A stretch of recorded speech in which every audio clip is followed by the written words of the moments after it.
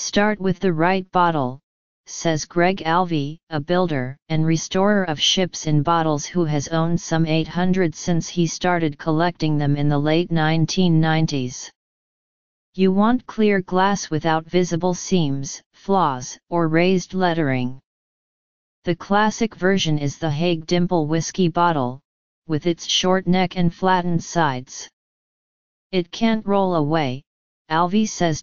Beginners should consider constructing what's known as a waterline ship, which sits atop a sea usually made of modeling clay or plumber's putty, thereby saving you from having to make a full hull that needs to fit through the opening. For dimensions, find a plan online or in a book. Alvey suggests a schooner whose sails will seem impossibly tall inside the bottle. The point of this type of folk art is to evoke a sense of bewilderment in the viewer. It's a puzzle, Alvey says. How is it possible to get that in there? Shape a hull from soft basswood.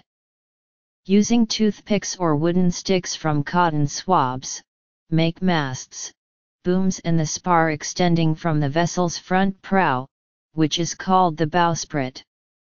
Attach your masts to the hull with a piece of wire that will serve as a hinge. Glue the sails, made from tea or coffee-soaked paper for a sea-worn canvas look, the masts and booms, and rig them all with strings that go through the bowsprit. Place a few drops of glue atop the putty sea inside your bottle. Loosen your rigging lines and bring the sails and masts down alongside the hull.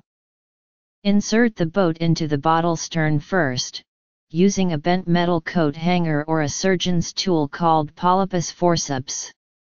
Hoist the sails up by pulling your strings. Glue them to the bowsprit. Let the glue dry for a few days.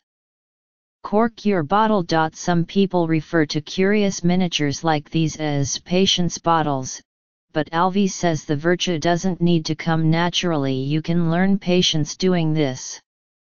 Beginners should expect a level of exasperation when trying to drill holes in toothpicks or whittle miniature anchors.